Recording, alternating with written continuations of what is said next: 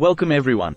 Join us today as we delve into the extraordinary life and career of the legendary musician, songwriter, and cultural icon, Rick James. From his chart-topping hits to his tumultuous personal life, get ready to explore the highs and lows of one of music's most unforgettable figures. So let's dive in. Rick James, born James Ambrose Johnson Jr. on February 1, 1948 to James Ambrose Johnson Sr. and Mabel Sims in Buffalo, New York, United States of America. One of 8 children, James grew up immersed in music and religion, serving as an altar boy and choir member at St. Bridget's Catholic Church. His father, an auto worker, left when he was 10, leaving his mother to support the family by working multiple jobs, including as a cleaner and a numbers runner for the Buffalo crime family. Being the nephew of Temptations singer Melvin Franklin, James had music in his blood, embarking on his musical journey during his teenage years. At just 15, in an impulsive move to avoid later being drafted into the Army, he joined the U.S. Navy Reserve, only to go AWOL shortly after, seeking refuge in Toronto, Canada in 1964.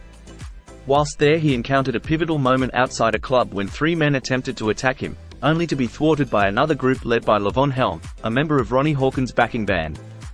Invited to join them on stage that night, James performed and later adopted the alias Ricky James Matthews to evade U.S. military authorities. That year, James formed band The Minor Birds, blending soul, folk, and rock. The band briefly recorded for Columbia Records Canada, with single, Minor Bird Hop, and B-side, Minor Bird Song. Nick St. Nicholas, who later found fame with Steppenwolf, was briefly a member of the band before being replaced by bassist Bruce Palmer. James and Palmer then recruited guitarists Tom Morgan and Xavier Taylor, along with drummer Rick Mason, to form a new lineup. Shortly after, the band traveled to Detroit to do a recording session with Motown, but before recording commenced, Morgan departed as he wasn't happy with the label's treatment, with Neil Young stepping in to fill his place.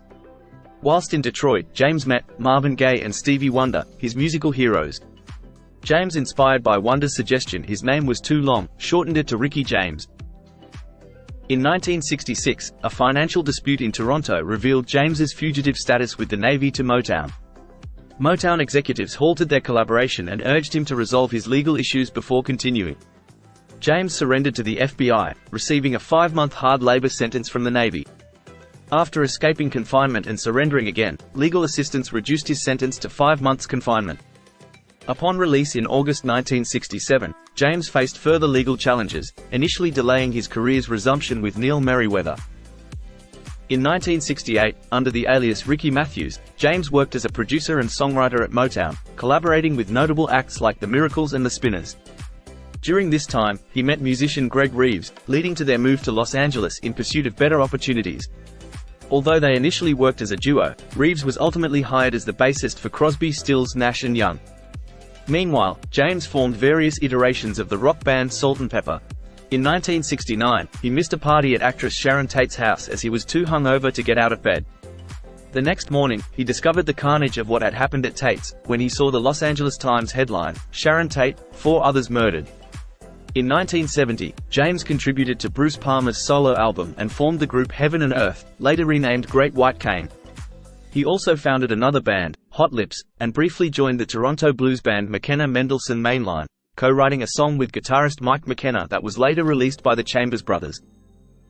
James inked a deal with A&M Records in 1973, debuting as a solo artist with the single, My Mama, in 1974, which gained popularity in European clubs.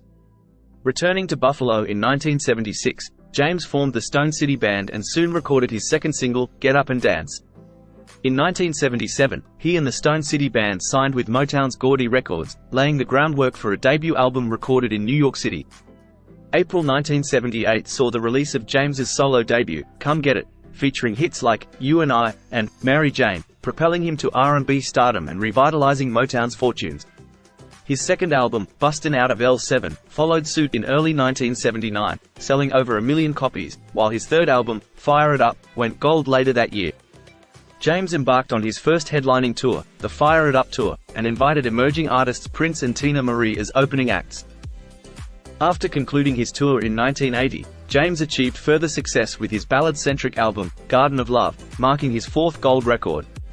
The pinnacle of his career came with the release of his best-selling album, Street Songs, in 1981, which showcased a blend of rock, new wave, and his signature crossover funk style, earning him the moniker Punk Funk.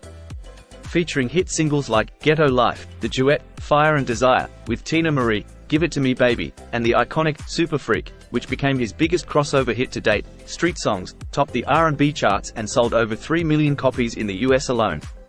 James continued his streak with 2 more gold albums, Throwing Down in 1982 and Cold Blooded in 1983.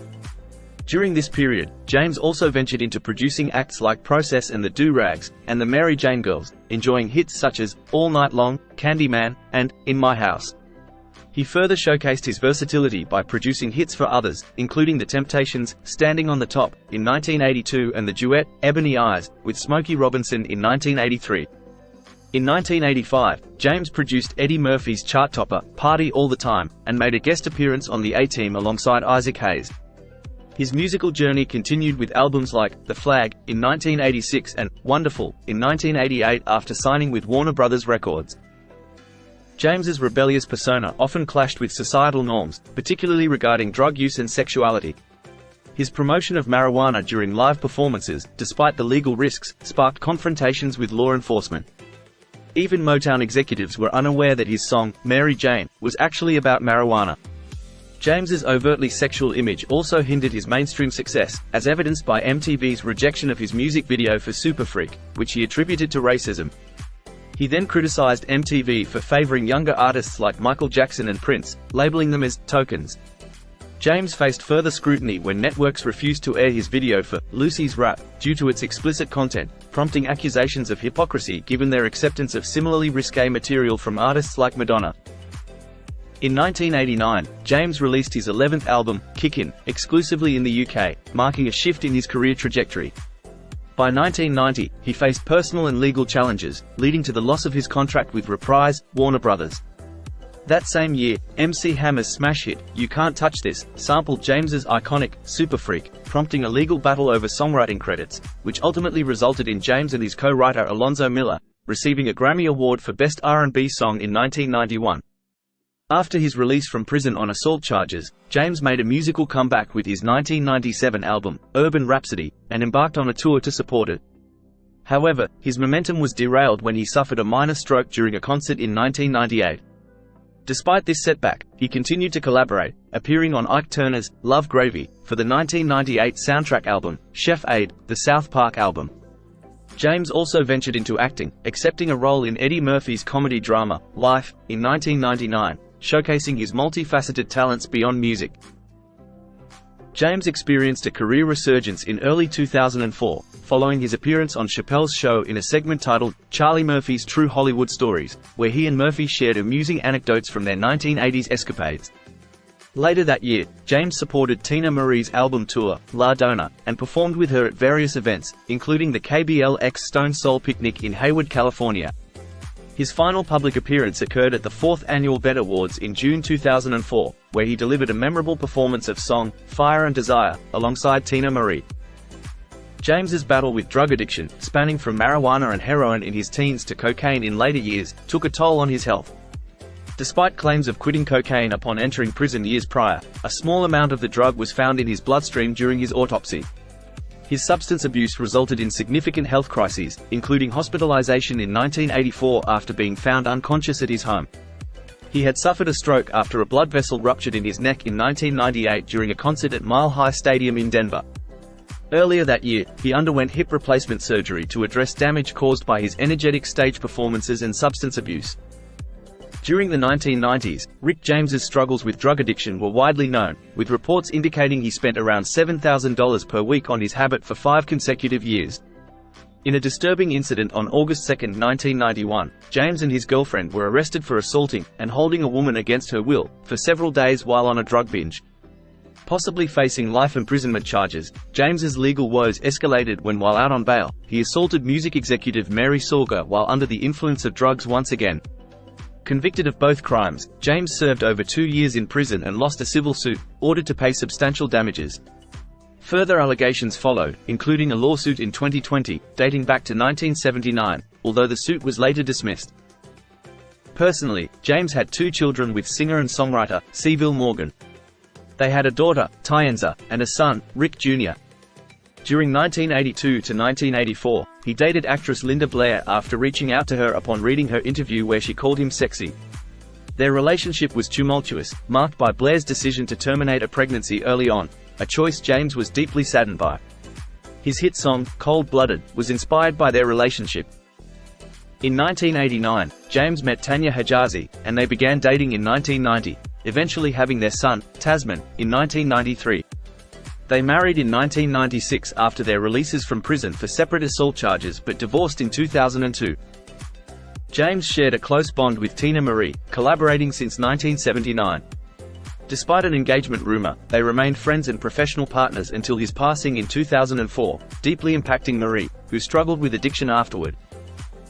Sadly, on the morning of August 6, 2004, Rick James was discovered deceased at his Los Angeles residence in the Oakwood Toluca Hills apartment complex, located just outside Burbank. He was 56 years old. His publicist, Sujata Murthy, announced that he passed away from natural causes. James succumbed to pulmonary failure and cardiac failure, linked to his ongoing health issues including diabetes, a stroke, pacemaker, and heart attack. The autopsy revealed traces of various substances in his bloodstream, including alprazolam, diazepam, bupropion, citalopram, hydrocodone, digoxin, chlorpheniramine, methamphetamine, and cocaine. However, the coroner determined that none of these substances or their combinations were at life-threatening levels. James found his final resting place at Forest Lawn Cemetery in Buffalo, New York. And there you have it. As we conclude our journey through the life and legacy of Rick James, a musical icon who left an indelible mark on the industry, we hope you've gained a deeper understanding of the man behind the music. Remember to like and subscribe for more videos on music's most influential figures. Until next time, take care and bye for now.